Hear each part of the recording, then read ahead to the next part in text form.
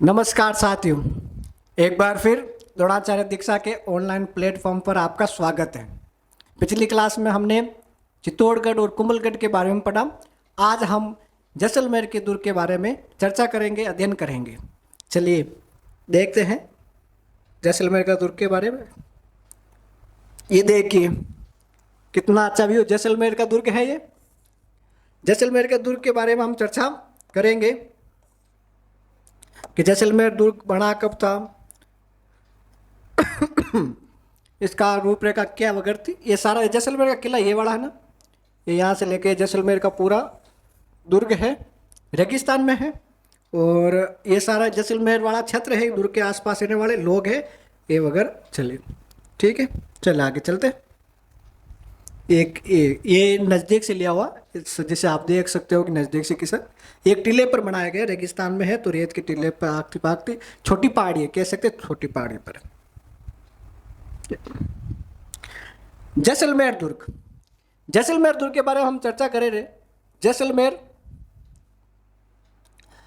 जैसलमेर किला सदा उत्तरी सीमा का पैरी रहा है। किस सीमा का? उत्तरी सीमा का, क्योंकि उत्तर में श्रीगंगानगर, हनुमानगढ़, जैसलमेर इसके आसपास वाला क्षेत्र है। तो जैसलमेर एक मजबूत किला रहा है। उत्तर से कोई भी आक्रमण होता था उसको रोकने के लिए बहुत अच्छा किला माना जाता। कौन सा? जैसलमेर। इसलिए राजस्थान की उत्तर की ओर से कोई सुरक्षा करने वाला था, वो कौन सा था? जैसलमेर का किला। इसलिए इसको उत्तर बड़ किवाड़ कहते हैं, उत्तर बड़ किवाड़ कहते हैं। इन उत्तर का मजबूत किवाड़ कहते हैं, उत्तर दिशा का मजबूत किवाड़ या दरवाजा कहते हैं। तो उसको भेद कर ही राजस्थान में प्रवेश किया जाता है, अन्यथा नहीं किया जाता था। इसलिए जैसलमेर को उत्तरी सीमा का पैरी कहा जाता है, उत्तर बड़ किवाड़ भी इसको कहते हैं। और ये धानवक दुर्ग की श्रेणी में आता है। धानवक दुर्ग की श्रेणी में, धानवक दुर्ग की श्रेणी में क्या कि ऐसा दुर्ग जिसके चारों तरफ मरुस्थल हो, रेगिस्तान हो, उसको धानवक दुर्ग में कहते हैं। तो आपने अभी पीछे जो तस्वीर में देखा, उसके चारों तरफ क्या है? रेगिस्तान है, इसलिए इसको धानवक श्रेणी में रखा गया। भाटी राजपूत रहते हैं जैसलमेर में, तो उनका शौर्य और बलिदान का प्रतीक माना जाता है, क्योंकि उन्होंने बहुत सारी लड़ाइयाँ लड़ी आक्रांताओं से और आने वाले विदेशियों से। तो भाटी राजपूत शौर्य और बलिदान का प्रतीक माना जाता। राव जैसल वेरी वेरी इंपॉर्टेंट है। राव जैसल ने 1155 ईस्वी, ये बहुत बार एग्जाम पूछा गया कि जैसलमेर किले का निर्माण कब और किसने किया। 1155 ईस्वी में राव जैसल ने किया, और इसी राव जैसल के नाम पर ही जैसलमेर नाम पड़ा। ठीक है। इस किले, जैसलमेर का किला, इसको सोनारगढ़ या फिर सोनगढ़ कहते, वेरी इंपॉर्टेंट है। अभी जैसलमेर का किला तो हम के बोलचाली भाषा में कहते हैं, लेकिन मुख्यतः इसको ये सोनारगढ़ है। सोनारगढ़ का मतलब ये सोने की जगह चमकता है, क्योंकि ये जो अभी अपने ये कहा गया, ये देखिए ये जो दुर्ग है, ये दुर्ग पूरा का पूरा पीले चमकीले पीले पत्थरों से बना है। जब सूर्य उदय होता है, अस्त होता है, तो एकदम पीले सोने की तरह होता है, इसलिए इसको सोनारगढ़ या सोनलगढ़ कहते हैं। आगे बाद में पीले पत्थरों के कारण इसको सोनलगढ़ वगैरह कहते हैं। तो ये सोनारगढ़ दुर्ग है। कोई डाउट भाई? सिंपल सी बात है। राव जैसल ने 1155 ईस्वी में बनाया था, इसलिए इनका नाम जैसलमेर पड़ा, जैसलमेर दुर्ग पड़ा। और इसको सोनारगढ़ और सोनलगढ़ भी कहते हैं। क्यों कहते हैं? आपको पता चला गया कि पीले पत्थरों से बना हुआ है, इसलिए इसके चमकीले प्रकाश के कारण इसको कहा जाता है। ठीक है, ये नॉर्मल चीज़ है। किस श्रेणी में? धानवक श्रेणी में। जैसलमेर दुर्ग के उपनाम। अब जैसलमेर दुर्ग के बहुत सारे उपनाम हैं, कुछ नाम हैं जो हम देख लेते हैं। सोनारगढ़, अभी अपन चर्चा की, सोनारगढ़ क्यों कहते हैं? सोनगढ़, गौरगढ़ कहते हैं इसको। 99 बुर्जों वाला किला, 99 बुर्ज, ये बुर्ज है। ठीक है, ये तो एक टावर है, लेकिन इस प्रकार का बुर्ज होता है, इस प्रकार का, जहाँ सैनिक खड़े होते हैं, वो बुर्ज है। तो इस दुर्ग में कितने बुर्ज है? 99 बुर्ज है, इसलिए इसको क्या कहते हैं? 99 बुर्ज वाला किला कहते हैं। राजस्थान का अंडमान कहते हैं। अंडमान निकोबार द्वीप समूह जो भारत के पूर्व में अंतिम छोर पर है, ये इस प्रकार दिखाई देता है, इसलिए इसको कहते हैं। रेत के समुद्र में जहाज, ऐसा लगता है कि रेत का पूरा समुद्र, उसमें एक जहाज खड़ा है, उस प्रकार जैसलमेर का किला दिखाई देता है, इसलिए इसको रेत के समुद्र में। और इसकी आकृति एक तरफ दूर से देखने पर ये गुलाब की तरह दिखाई देता है, इसलिए कहता है रेगिस्तान का गुलाब भी है। इस दुर्ग के अंदर बहुत सारी गलियां हैं, बहुत सारी गलियां हैं, इसलिए इसको गलियों का दुर्ग कहते हैं। और भाटी वंश के द्वारा यहाँ पर सुरक्षा की गई, भाटी वंश द्वारा बढ़ाया गया, इसलिए भाटी बट किवाड़ भी कहते हैं, यानी भाटियों का एक मजबूत दरवाजा भी कहते हैं। किसको? जैसलमेर किले। कोई डाउट नहीं है? ये बुर्ज के समान एक आकृति है और ये सारे उपनाम है, सोनरगढ़, सोनगढ़, गौहरगढ़, 99 बुर्जों का किला, राजस्थान कांडमा, रेत के समंदर और रेगिस्तान का गुलाब, गलियों का दुर्ग, भाटी बट किवाड़ और उत्तर बट किवाड़ भी इसको कहा जाता है। सिंपल सी बात है, सामान्य अर्थों में ये चीज है। चले आगे, चलो। चारों ओर थार के मरुस्थल किला जैसलमेर धावन दुर्ग में आता है। बिल्कुल, इसके चारों तरफ पूरा का पूरा रेगिस्तान है। सर्वाधिक रेगिस्तान जैसलमेर में ही है। थार का मरुस्थल है, जो भारत का थार का मरुस्थल है, वो सर्वाधिक राजस्थान में भी, जैसलमेर में सर्वाधिक है। उस चारों तरफ क्या है? रेगिस्तान है। और रेगिस्तान में कौन सा दुर्ग है? जैसलमेर। और हमने कल परसों जो पहली क्लास में पढ़ा था कि धानवक दुर्ग का चारों तरफ मरुस्थल हो, इसलिए धानवक श्रेणी में रखा गया। इतिहासकार अबुल फजल हुए, फारसी इतिहासकार थे अबुल फजल। अबुल फजल ने इस दुर्ग को देखकर कहा कि ऐसा दुर्ग जहां पहुंचने के लिए पत्थर की टांगे होनी चाहिए। कैसी? पत्थर की टांगे होनी चाहिए। कैसी टांगे होनी चाहिए? पत्थर की टांगे होनी चाहिए। कि घोड़े अगर घोड़ा बनना है तो घोड़े की भी टांगे कैसी होनी चाहिए? पत्थर की टांगे होनी चाहिए। तो ऐसा दुर्ग है। अबुल फजल ने कहा कि उस दुर्ग में जाने के लिए पत्थर की टांगे होनी चाहिए। क्यों?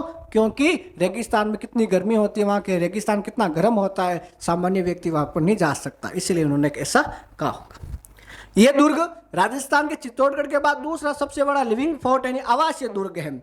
सबसे ज्यादा किस दुर्ग में व्यक्ति या लोग निवास करते हैं? चित्तौड़गढ़ में। उसके बाद कौन सा? जैसलमेर में सर्वाधिक लोग निवास करते हैं। तो पहला तो कौन सा हो गया? चित्तौड़गढ़। फिर दूसरा कौन सा लिविंग फोर्ट हो गया? जैसलमेर। कौन सा हो गया? जैसलमेर। जैसलमेर दुर्ग है जो सर्वाधिक, दूसरा है जहां पर सर्वाधिक लोग रहते हैं, और पहला है चित्तौड़गढ़। इस दुर्ग में दोहरा परगोटा है, वेरी वेरी इंपॉर्टेंट। कैसा परगोटा? दोहरा परगोटा का मतलब जैसे ये दुर्ग है, ऐसा एक दुर्ग है, इस दुर्ग के इधर एक परगोटा, फिर एक और परगोटा, दो परगोटों से घिरा दोहरा परगोटा है, इसलिए इसको कमरकोट कहते हैं। कमरकोट का किला भी कहा जाता है। एक उपनाम आप लिख सकते हैं, कमरकोट का किला, यहां लिख देते हैं, कमरकोट का किला। किसको कहते हैं? जैसलमेर को। जैसे कागमुखी किला हमें किसको कहते हैं? मेहरानगढ़ को कहते हैं। हम आगे बात करेंगे अगली क्लास में, उस प्रकार बात ये यहाँ है। तो इस दुर्ग का दोहरा परगोटा, इसलिए इसको कमरकोट कहते हैं, और कमरकोट किला जैसलमेर को कहते हैं।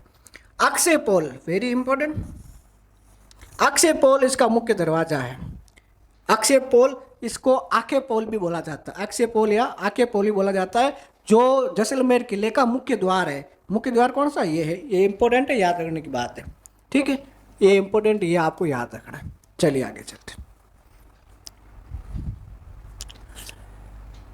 इस किले में प्रवेश द्वार 3-4 है मुख्यतः अक्षय पोल, सूरज पोल, गणेश पोल और हवा पोल इसके मुख्य दरवाजे। लेकिन मुख्य आपको याद तो ये करना है। लेकिन इस दुर्ग की खासियत ये कि सर्वाधिक क्वेश्चन इस दुर्ग से, इसके मेलों से आते हैं कि ये फलाना मेल किस किले में है, ठीक है। तो इसको हम वेरी वेरी इंपॉर्टेंट कह सकते हैं, और इसको भी वेरी इंपॉर्टेंट कह सकते हैं। सबसे पहला मेल सर्वोत्तम विलास, जिसको शीश मेल कहते हैं, वेरी इंपॉर्टेंट है, ध्यान रखिएगा। कर्मचारी बोर्ड के एग्जाम में ज़्यादातर क्वेश्चन इन चारों पांचों में से 100% 1 या 2 क्वेश्चन यहाँ से पुटअप हो सकते हैं। ये दोनों साथ में मिलाकर या अलग अलग भी पूछा जा सकता है। पिछली एग्जामों में सर्वोत्तम विलास और जवाहर विलास के बारे में पूछा गया कि सर्वोत्तम और जवाहर विलास किस दुर्ग में या किस स्थान पर है, तो जैसलमेर में है, जैसलमेर किले में, ठीक है। तो सर्वोत्तम विलास शीश महल कहते हैं। इसका निर्माण महारावल आके सिंह ने कराया था। सर्वोत्तम विलास रंग महल और मोती महल का निर्माण मूलदास सेकंड ने कराया था, इसलिए यहाँ पर इस किले में है। बादल महल, ये सबसे बड़ा बादल महल है ना, प्रत्येक जिले में प्रत्येक दुर्ग में बादल महल हो सकता है। उन सब में सबसे बड़ा बादल महल कहाँ पर है? जैसलमेर में है, इसलिए बादल महल ज़्यादातर आए तो जैसलमेर करना, क्योंकि सबसे बड़ा बादल महल कहाँ पर है? अपने जैसलमेर में। बादल महल हमने कुंभलगढ़ में ही पढ़ा, जहाँ महाराणा प्रताप का जन्म हुआ था, तो ये भी बादल महल। गज महल, इस दुर्ग में है जैसलमेर के, और जवाहर विलास इस दुर्ग में है। वेरी इंपॉर्टेंट ये, और ये तो वेरी इंपॉर्टेंट आपको याद करना, सर्वोत्तम विलास शीश महल अकेराज के समय बनाया गया जैसलमेर में, और दूसरा जवाहर महल जवाहर सिंह के समय बनाया गया था। ठीक है, कोई डाउट नहीं, समझ में आ रहा है, सामान्य चीज है, देख लीजिए। चलो आगे चलते हैं। इस दुर्ग में कुछ मंदिर है, कुछ मस्जिद वगैरह हो सकती है। तो इस दुर्ग में कुछ प्राचीन जैन मंदिर है। क्या जैन मंदिर है? मुख्यतः जैन मंदिर है। पार्श्वनाथ जैन मंदिर, संभवनाथ जैन मंदिर, ऋषभदेव जैन मंदिर, लेकिन वेरी इंपॉर्टेंट सबसे प्राचीन कौन सा है? आदिनाथ जैन मंदिर, जो 12वीं शताब्दी में बना हुआ है। कौन सदी में? 12वीं सदी में बना हुआ है। ये सबसे प्राचीन जैन मंदिर किस दुर्ग में? जैसलमेर में सबसे प्राचीन ये है, वो ये है। जैन मंदिर के अलावा यह वेरी वेरी इंपॉर्टेंट है लक्ष्मी नारायण मंदिर। ये हर एग्जाम में या हर चौथे एग्जाम में ये पूछा जाता है, एक लक्ष्मी नारायण मंदिर। ठीक, एक तो जयपुर में लक्ष्मी नारायण मंदिर है, और एक हमारे यहाँ पर कहाँ पर? जैसलमेर में। ये इंपॉर्टेंट है, आप याद कर लीजिएगा कि लक्ष्मी नारायण मंदिर जैसलमेर के दुर्ग में है। कहाँ पर है? जैसलमेर के दुर्ग में। कोई डाउट नहीं। क्यों प्रसिद्ध है? शिल्प और स्थापत्य कला के लिए प्रसिद्ध है। कौन सा? लक्ष्मी नारायण मंदिर जैसलमेर में। ठीक है, और इससे भी वेरी इंपॉर्टेंट, इस दुर्ग में जीन भद्र सूरी भंडार वेरी वेरी इंपॉर्टेंट है। भूमिगत सबसे बड़ा, भूमिगत यानी अंडरग्राउंड, अंडरग्राउंड सबसे बड़ा पुस्तकालय संग्रहालय कौन सा? जीन भद्र सूरी भंडार, जहां पर आज भी बहुत प्राचीन समय के ताड़ के वृक्षों पर, वृक्षों के पत्तों पर लिखा हुआ मिलता है। जहां पर ताड़ के वृक्ष के पत्तों पर लिखित प्राचीनतम जैन हस्तलिपि मिलती है, वो कौन सा? जैन भद्र सूरी भंडार या संग्रहालय भूमिगत जैसलमेर में। ये इंपॉर्टेंट याद रखना, इसलिए विशिष्ट संग्रहालय कहलाता है। कोई डाउट नहीं होना चाहिए। सामान्य अर्थों लक्ष्मी नारायण मंदिर और जैन भद्र सूरी भंडार दोनों जैसलमेर में है, और आदिनाथ जैन मंदिर सबसे प्राचीन मंदिर है, जो कहाँ पे है? जैसलमेर 12वीं। और ये सारे जैन मंदिर देलवाड़ा के आबू जैन मंदिर के समान हैं। देलवाड़ा के आबू जैन मंदिर के समान बनाए गए हैं। तो देलवाड़ा के आबू लिख देता हूं मैं। आबू कहाँ पर? देलवाड़ा जैन मंदिर के समान। ठीक है, ये सारे जैन मंदिर आबू के देलवाड़ा के जैन मंदिर के समान बनाए गए। कोई डाउट नहीं होना है। चले आगे। बिल्कुल, चलो सर, समझ में आ रहा है? हम आशा कर रहे हैं कि आपको अच्छी तरीके से समझ में आ रहा होगा। और ये सारी पीडीएफ फिर बता देते हैं हम कि ये टेलीग्राम पर आपको मिल जाएगी, आवाज आकर भी आप देख सकते हैं। जैसलमेर का किला 2.5 साकों के लिए प्रसिद्ध है। कितने साकों के लिए? 2.5 साकों के लिए प्रसिद्ध है। 2.5 साकें, जैसे यहाँ नागौर के अंदर भी भवाल माता जी का मंदिर है, जहाँ 2.5 प्याले शराब की प्रसाद चढ़ाई जाती है। ऐसे कैसे 2.5 प्याले का? जैसलमेर 2.5 साकें प्रसिद्ध है। साका क्या होता है कि केसरिया और जोर दोनों साथ में होता है, तो हम क्या कहते हैं? साका है। क्योंकि हमने चित्तौड़गढ़ का दुर्ग पढ़ा था, उसमें हमने बात की साका हो क्या होता, केसरिया और जोर क्या होता है। तो यहाँ कितने हुए? 2.5 हुए। मतलब 2 साकें तो पूरे हुए, लेकिन अंतिम में केसरिया हो गया, लेकिन जोर नहीं हुआ। रानिया ने अपने प्राणों की आहुति नहीं दी, इसलिए वो क्या कराए? 2.5 साकें। कहाँ के? जैसलमेर के। तो 2.5 साकें कहाँ के प्रसिद्ध है? जैसलमेर इसलिए प्रसिद्ध है, प्रथम साका हुआ था 1312-13 में। 1312-13 में प्रथम साका हुआ था। अलाउद्दीन खिलजी और मूलराज और रतन सिंह के समय ये हुआ था। मूलराज और अलाउद्दीन खिलजी के, मूलराज के नेतृत्व में यहाँ राजपूत वीर गति को प्राप्त हुए और महिलाओं ने जोर किया। ये पहला साका हुआ था जैसलमेर में। ठीक है, कोई डाउट नहीं। कौन कौन? अलाउद्दीन और मूलराज, याद रखना। दूसरा साका द्वितीय साका 1331 में हुआ। इस समय मोहम्मद बिन तुगलक के चचेरे भाई फिरोज तुगलक यहाँ आक्रमण करने आया था। तो फिरोज तुगलक उस समय आया था, और रावल दुद्दा और तिलोक सिंह ये 2 व्यक्ति थे, शासक थे। इनके समय ये आया था। रावल दुद्दा और तिलोक सिंह के नेतृत्व में यहाँ राजपूत वीर गति को प्राप्त हुए। और सोडा रानी वेरी वेरी इंपॉर्टेंट, ये याद करना आप। सोडा रानी के नेतृत्व में महिलाओं ने जोर किया। ये दूसरा साका हुआ था। कहाँ पर? जैसलमेर में। कहाँ पर? जैसलमेर। प्रथम मूलराज के समय अलाउद्दीन खिलजी था, दूसरा फिरोज शाह तुगलक के समय राव दुदा के समय हुआ था, सोना रानी के नेतृत्व में महिला। तीसरा साका हुआ था 1550 में। तीसरा साका कब हुआ था? 1550 में। लूणकरण, महाराणा लूणकरण के समय गांधार का एक व्यक्ति था जिनका नाम था आमिर अली खान।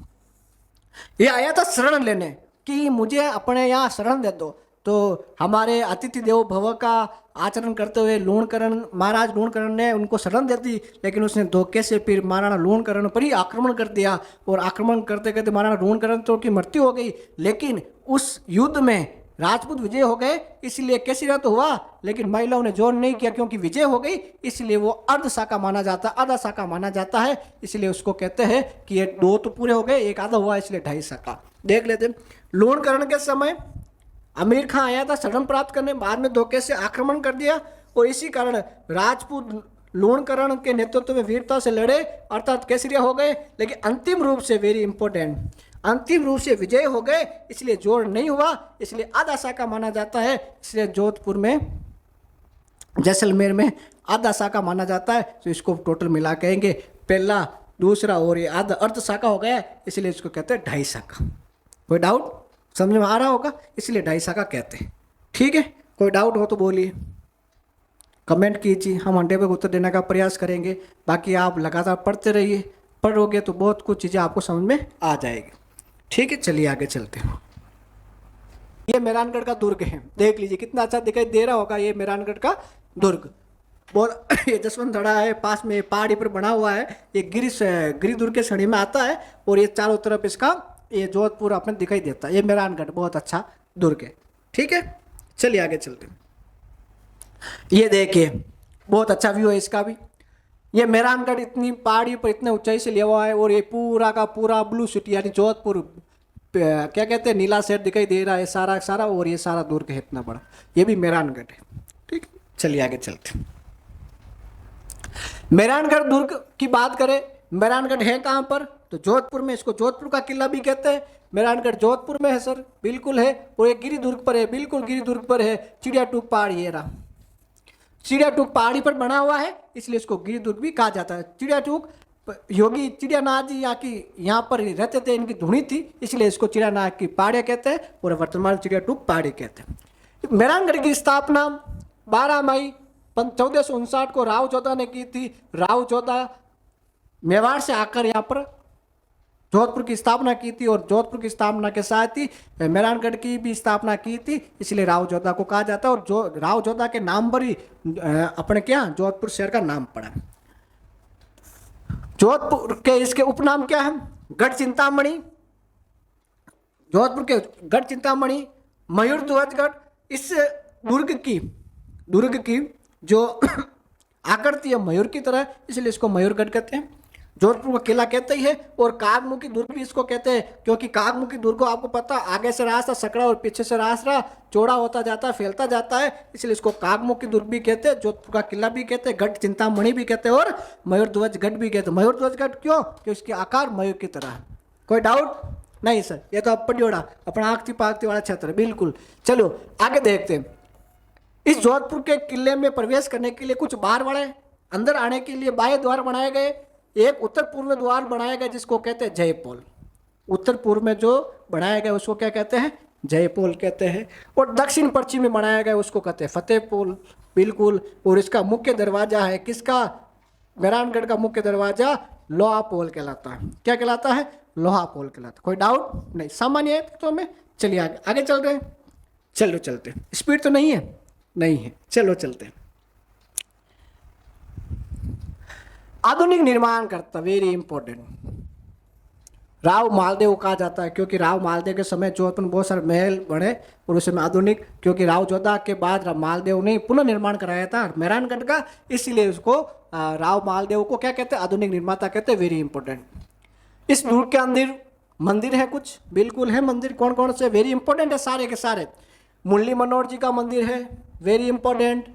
ये चामुंडा माता का मंदिर, प्रसिद्ध मंदिर है चामुंडा माता का जोधपुर में। चामुंडा माता का मंदिर, नांगणेची माता, राठौड़ की कुल देवी नांगणेची माता का मंदिर कहाँ पर है? जोधपुर में, जो मूल मूर्ति की पूजा होती है।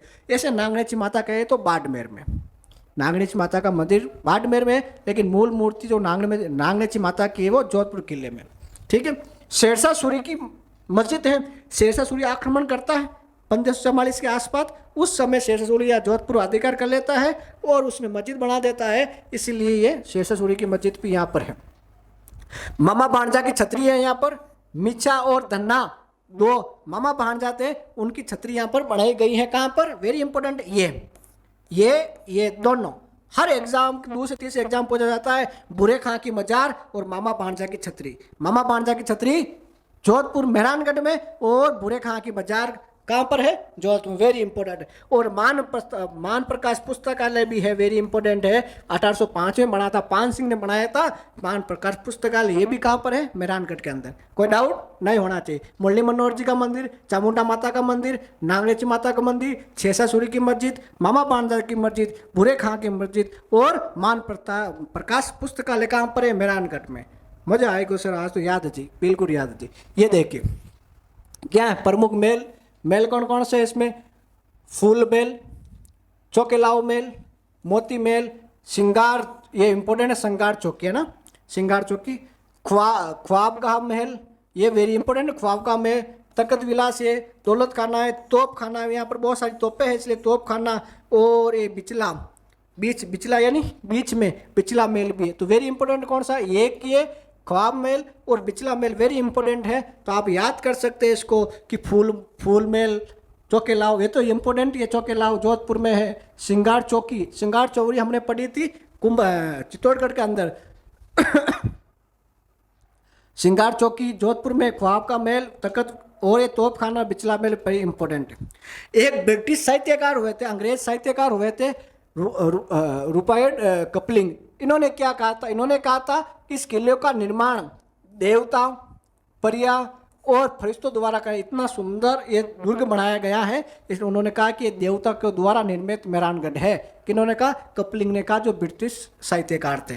कोई डाउट नहीं। इसकी सारी पीडीएफ आपको टेलीग्राम पर मिल जाएगी, देख लीजिएगा। चलो आगे चलते हैं। प्रमुख तोपें बहुत सारी तोपों के लिए जाना जाता है मेहरानगढ़। प्रमुख तोपें कौन से उनको? ये वेरी इंपॉर्टेंट है। किलकिला तोप, गजनी तोप, शंभू बाण तोप, बिच्छू बाण तोप, कड़क बिजली और गुब्बार तोप, ये सारी तोपें हैं, वेरी इंपॉर्टेंट।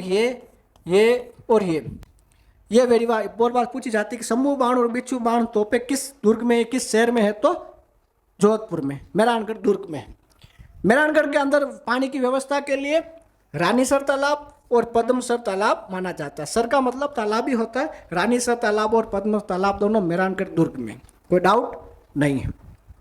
आगे चल रहे सामान्य अर्थों में। चलिए देखो, इतिहासकार हुए कौन? गौरीशंकर हीराचंद्र ओझा, ये जोधपुर के थे ना। इन्होंने अपन जोधपुर खुद का राज्य का इतिहास लिखा। उन्होंने इतिहास में कहा कि एक लोक विश्वास है, लोगों का विश्वास है, लोक स्थानीय विश्वास है। क्या है? उन्होंने कहा कि लोगों में बात प्रचलित है क्या कि यदि जब ये किले का निर्माण हो रहा था तब की बात कर रहे हैं, अभी नहीं, जब ये किले का निर्माण हो रहा था तब की बात कर रहे हैं कि यदि इस किले की नींव में किसी जीवित व्यक्ति की बलि दी जाए तो ये किले के निर्माता के वंश से कभी नहीं निकलता। कुल मिलाकर बात ये है, जो दुर्ग बढ़ा रहे हैं, जो राजवंश दुर्ग बढ़ा रहा है, अगर वो किसी उस नींव में किसी जिंदा व्यक्ति को चुनवा लिया जाए तो उस राजवंश से मेहरानगढ़ कभी नहीं जाएगा, कभी नहीं हारेगा। इसलिए इस लोक कथा क्या, इस लोक विश्वास के अनुसार राजा राम एक व्यक्ति था, राजा नाम व्यक्ति इस दुर्ग में नींव में जिंदा चुनवा लिया गया था। अभी भी वर्तमान में वो पहले इस प्रकार की बात हुई थी। ठीक है, तो ये राजा नामक व्यक्ति, इस व्यक्ति जो मेहरानगढ़ के नींव में जिंदा चुनवा लिया गया था, एक लोक विश्वास के अनुसार डॉक्टर हीराचंद ओझा ने कहा था, गौरीशंकर ओझा। ठीक है, चलिए आगे चलते हैं। इस किले के तलहटी में बसे जोधपुर। ये यहाँ पर आपको यहाँ से लेकर ये सारा का सारा जोधपुर दिखाई दे रहा होगा, दिखाई दे रहा है, क्योंकि ये तो पहाड़ी पर, पहाड़ी पर है तो तलहटी नीचे होगी। जोधपुर शहर की तलहटी की चारों ओर एक बहुत प्राचीन दीवार है, शहर पहान कहते हैं जिसको, और इसमें 101 बुर्ज हैं उस दीवार में, जोधपुर के परकोटे के चारों तरफ, और 6 मुख्य दरवाजे हैं। कितने मुख्य दरवाजे? 6 मुख्य दरवाजे। आप में से कोई जोधपुर गया होगा तो उस दरवाज़ों का नाम 100% सुना होगा। जैसे नागौरी दरवाज़ा, जिसको दरवाज़ों का हम वर्तमान में गेट बोलते हैं, नागौरी गेट। दूसरा मेर्त्या गेट, मेर्त्या यानी दरवाज़ा सोजती गेट दरवाज़ा कहते हैं। शिवांची गेट नाम ही सुना होगा। जालोरी गेट, जालोरी गेट का नाम सुना होगा। और चांदपोल, ये सारे 6 दरवाजे जोधपुर में इसी दुर्ग में आने के और इस शहर में आने के लिए बताए गए। देखो ये गेट इसलिए बनाए गए थे, नागौर में जाने के लिए गेट था, नागौर से आने के लिए गेट था, मेरता से आने जाने का था, सोज से आने जाने का था, शिवांची शिवाणा शिवाड़ा से आने जाने का था, और जालोर से आने जाने का था, और चांदपोल मुख्य यहाँ का दरवाजा था। इसलिए इस शहर के चारों तरफ 6 दरवाजे बनाए गए थे। इसमें एंट्री होने के लिए धरातल ये नीला शहर कहलाता है, और ये दुर्ग के आसपास वाला क्षेत्र है। और इसी तरह जोधपुर की रक्षा के लिए महाराजाओं ने बहुत प्रयास किए थे। चलिए आगे चलते। बस आज के लिए बस इतना ही है। हमने मेहरानगढ़ पढ़ा है, कोई डाउट हो तो बता दीजिए। पढ़ते रहिए और सुरक्षित रहिए। बहुत बहुत धन्यवाद।